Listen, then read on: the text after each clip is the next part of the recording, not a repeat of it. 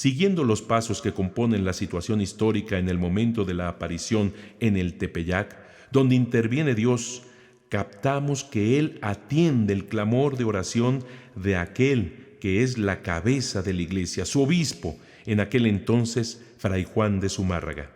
Siguiendo cada uno de los párrafos, podemos descubrir una serie de conceptos que nos llevan a una teología por demás actual, un mensaje y una imagen para el hombre de todos los tiempos y de todas las diferentes culturas, convocándolo a vivir plenamente en Jesucristo por medio de su Madre, Santa María de Guadalupe.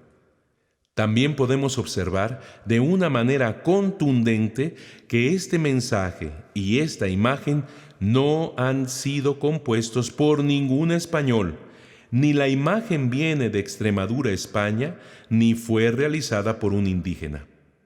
Así que ahora recorramos las líneas de este importante documento, el Nican Mopogua, tanto en su forma como en su fondo, cuya copia más antigua, que posiblemente formó parte de la documentación que pertenecía a Lorenzo Boturini, se conserva en el archivo de Nueva York, colección Lenox.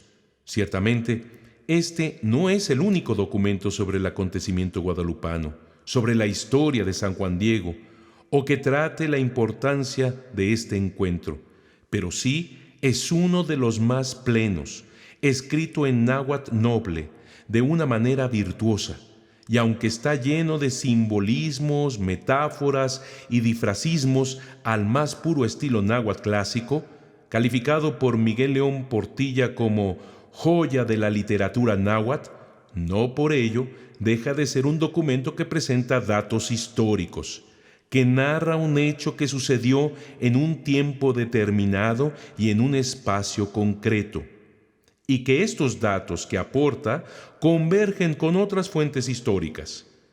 En otras palabras, este documento precisa datos históricos y fundamentos trascendentes transmitidos de una manera bella. Adentrémonos, pues, a conocer de cerca este encuentro maravilloso. Nican Mopogua. Introducción. Aquí se narra, se conjunta, cómo hace poco, de manera portentosa, se apareció la perfecta Virgen Santa María, Madre de Dios, nuestra Reina, allá en el Tepeyac, nariz del monte, de renombre Guadalupe. Se inicia con dos palabras en náhuatl, Nican Mopogua, que como decíamos se traduce aquí se narra o aquí se relata, y de aquí el nombre con el que se le ha bautizado a este importante documento. El Nican Mopogua se escribió poco tiempo después de la aparición, entre 1540 y 1548. Inmediatamente, desde estas primeras líneas del texto, se manifiesta una unidad con la Virgen de Guadalupe, pues se le denomina como nuestra, y se habla del milagro de la aparición de Santa María, con los dos importantes dogmas que marcan su persona, la siempre Virgen y la Madre de Dios. Asimismo, señala el lugar concreto de este encuentro, el Tepeyac, que es un cerro al norte de la Ciudad de México, y en aquel tiempo se encontraba en la punta del territorio que entraba como una nariz a la laguna, y precisamente este es el significado de Tepeyac, cerro punta o cerro nariz. De este lugar arrancaba una calzada que también portaba como nombre del Tepeyac, la cual llegaba hasta el islote donde estaba asentada la Ciudad de México, al norte y por el rumbo de Tlatelolco, el gran pueblo comercial. También es importante señalar que desde el inicio de este documento se da a conocer el nombre que elige la Madre de Dios, María de Guadalupe, nombre del cual hablaremos con detenimiento más adelante. Pero adelanto aquí que fue ella quien se autonombró como Santa María de Guadalupe. Respecto a su nombre, generalmente se cae en dos errores. El primero, el que algunos piensan que fueron los mismos españoles quienes le nombraron así, pues era bien conocido el monasterio de Guadalupe en Extremadura, España, en aquel entonces administrado por los frailes jerónimos. Y el segundo error, el que fue una deformación de lo que la Virgen pronunciaría, pues supuestamente Juan Bernardino, el anciano tío de Juan Diego, no habría captado bien el nombre, entendiendo un nombre indígena, o que supuestamente fue ella quien le dijo un nombre de origen náhuatl, que después se deformaría en Guadalupe, como equivocadamente lo supuso Luis Becerra Tanco en 1675. Después del análisis de las fuentes históricas y su correlación, podemos decir con toda certeza y claridad que estas dos versiones son falsas. Ni fueron los españoles quienes le pusieron ese nombre, ni fueron los indígenas quienes entendieron un nombre de origen náhuatl que después se deformaría.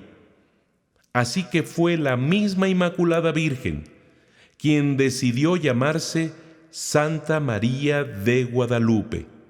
Ella eligió este nombre que tiene muchas otras connotaciones importantes.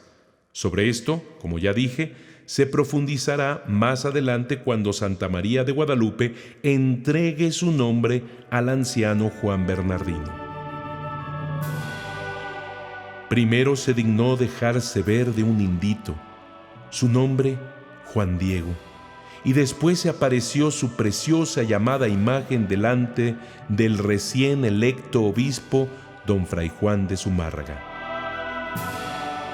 La Madre de Dios se manifiesta, se deja ver primero, toma la iniciativa de encontrarse con un indito, a quien identifica con su nombre cristiano, Juan Diego, quien la vio en persona mientras que ante el obispo apareció su preciosa y amada imagen. El que María se haya dignado dejarse ver por Juan Diego evoca el de poder ver su rostro como un don apreciadísimo. El poder ver el rostro de la Madre de Dios es un verdadero encuentro entre un ser humano con la gracia de la bienaventurada como lo era María y el ser humano humilde, el indito limpio de corazón como lo era Juan Diego, quien podía observarla. El primer obispo de la Ciudad de México, Fray Juan de Zumárraga, que como todo obispo es cabeza de la Iglesia, fue el primer destinatario de su voluntad, dueño de su mensaje y posteriormente de la imagen. Y San Juan Diego fue el mensajero fiel, lleno de la confianza de la Madre de Dios. Es por demás interesante el comentario exacto de que Fray Juan de Zumárraga era el recién electo obispo.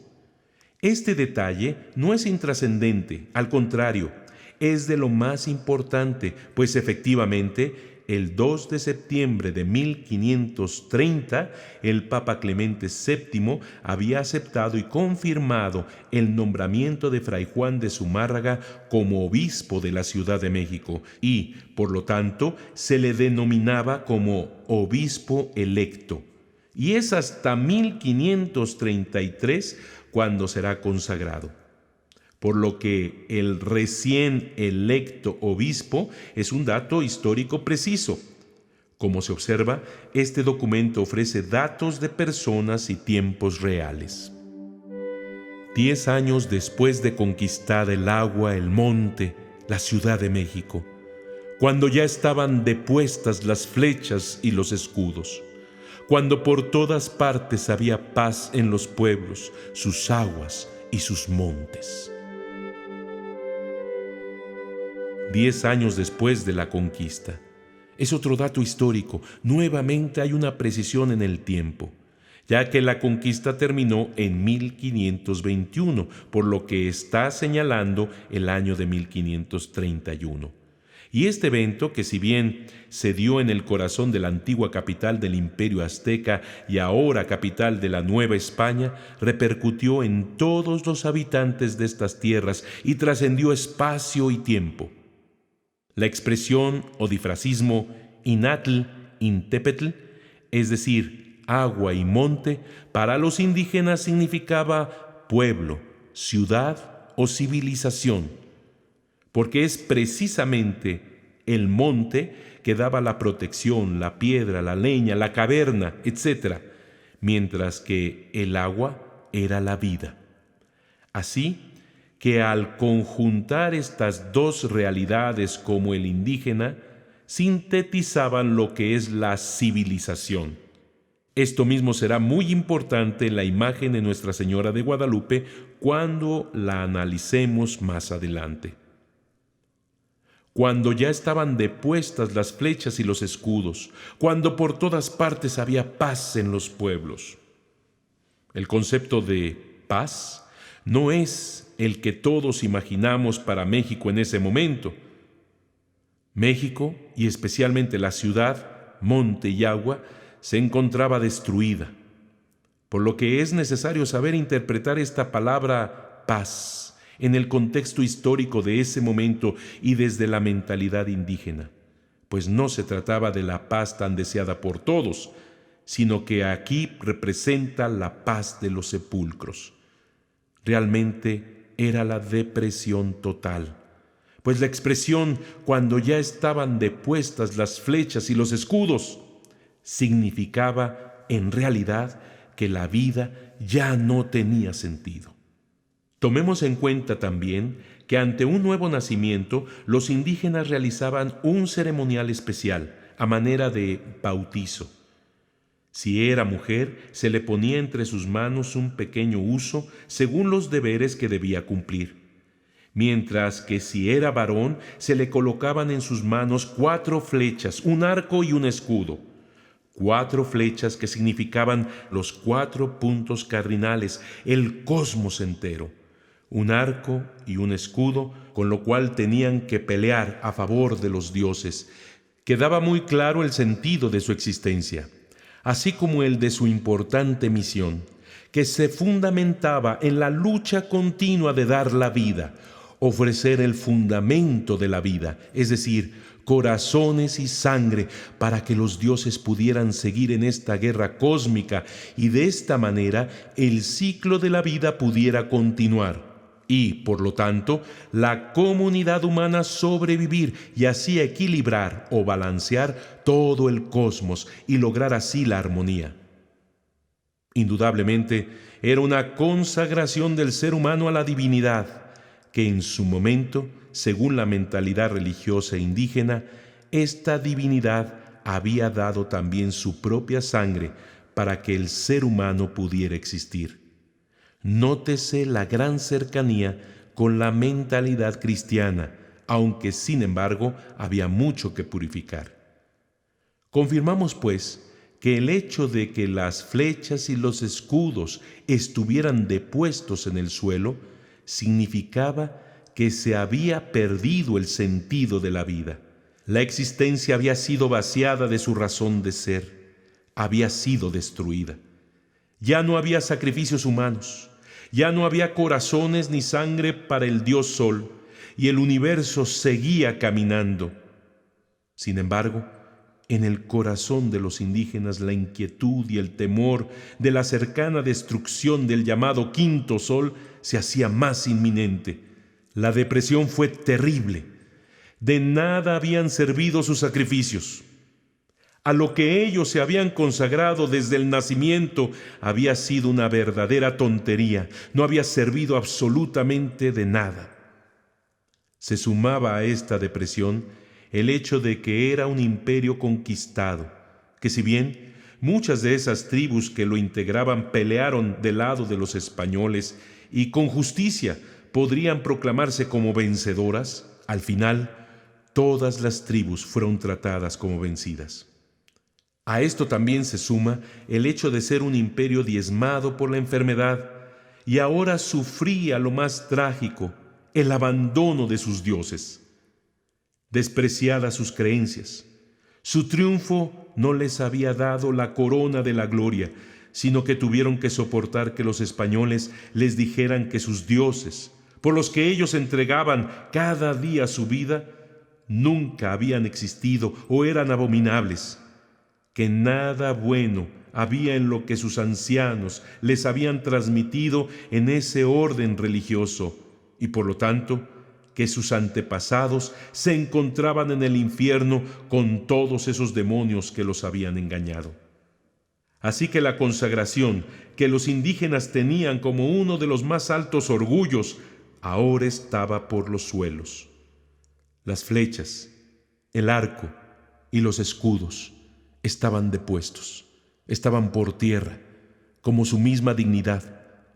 Esto era lo que reinaba en México, una tremenda depresión indígena, una agonía que ha trascendido hasta nuestros días y representa, en cierto sentido, al ser humano de todos los tiempos, cuando ha perdido el sentido de la vida, la razón de existir. Es la paz de los sepulcros, es la paz de los muertos, es la paz de los cadáveres. Podemos modernamente relacionarlo a lo que hoy llamamos la cultura de la muerte, o más bien, la anticultura de la muerte, cuando el ser humano ya no encuentra sentido a su existencia y su misión que los unía como pueblo, como comunidad, hubiera sido aniquilada. Así como brotó, ya verdece, ya abre su corola la fe, el conocimiento del dador de la vida, el verdadero Dios. El brotar la fe, como señala el Nican Mopogua, el que ya se abre, como una flor la corola de esta fe, el conocimiento del dador de la vida, el verdadero Dios, nos señala también algo auténtico que los hechos históricos nos transmiten, como fue el trabajo y el esfuerzo de esos incipientes pasos de la evangelización que realizaron los primeros misioneros, que si bien habían sido desbordados por la titánica labor y era muy poco lo que podían hacer, gracias a estos primeros santos varones se dio el bautismo y la catequesis a un grupo reducido de indígenas, entre ellos a San Juan Diego. Así que era una evangelización naciente y con muchas contrariedades, a tal punto que el obispo Zumárraga había declarado: si Dios no provee con remedio de su mano, está la tierra en punto de perderse totalmente. La afirmación «el verdadero Dios» en náhuatl se expresa como el arraigadísimo Dios, pues para los indígenas el estar firmemente sujetado por su raíz significa verdadero. Así pues, ellos usan el término nelilistli, que significa arraigamiento o echar raíces, para hablar de la verdad. En esto también se manifiesta el amor que los indígenas sentían por las flores, pues una bella flor significaba que tenía esa buena raíz, que aunque no se le puede ver por estar enterrada, sí se puede observar su manifestación ante la belleza de la flor. Y esto prometía un buen fruto, y por lo tanto, la continuación de la existencia. Complementando esto, se encuentra en la mentalidad religiosa indígena el concepto del canto. De esta manera, la expresión flor y canto manifiesta la verdad divina. Entonces, en el año 1531, a los pocos días del mes de diciembre, en este versículo se especifica claramente el tiempo histórico en el que se da este encuentro entre Dios y los seres humanos por medio de la Virgen de Guadalupe, a los pocos días del mes de diciembre de 1531. Por un lado, se señala la fecha con el calendario que los europeos usaban y tenían muy presente su connotación religiosa, ya que en esos días iniciales de diciembre se celebra la octava de la Inmaculada Concepción. Asimismo, era el tiempo litúrgico del Adviento, la espera a la llegada del Señor, el Salvador. Por otro lado, varias son las connotaciones que desde el ángulo indígena también se manifestaban, ya que si para la visión europea el tiempo tenía importancia, para los indígenas era de fundamental relevancia, pues interpretaban el tiempo, los fenómenos de la naturaleza y la disposición de los astros como la misma voz de Dios, o un específico programa o determinación divina. Además, ellos tenían una precisión extrema gracias a sus calendarios. Así que es de sorprender cómo en estas fechas en las que se verifica el encuentro entre Dios y los hombres por medio de Santa María de Guadalupe, para los indígenas fue algo excepcional, pues fue justo cuando ellos celebraban las fiestas más importantes, algo así como la Pascua indígena, como decía Fray Toribio de Benavente Motolinia. Esto, que es de la máxima importancia en el acontecimiento guadalupano y el corazón mismo de la inculturación del Evangelio, lo analizaremos con detenimiento más adelante.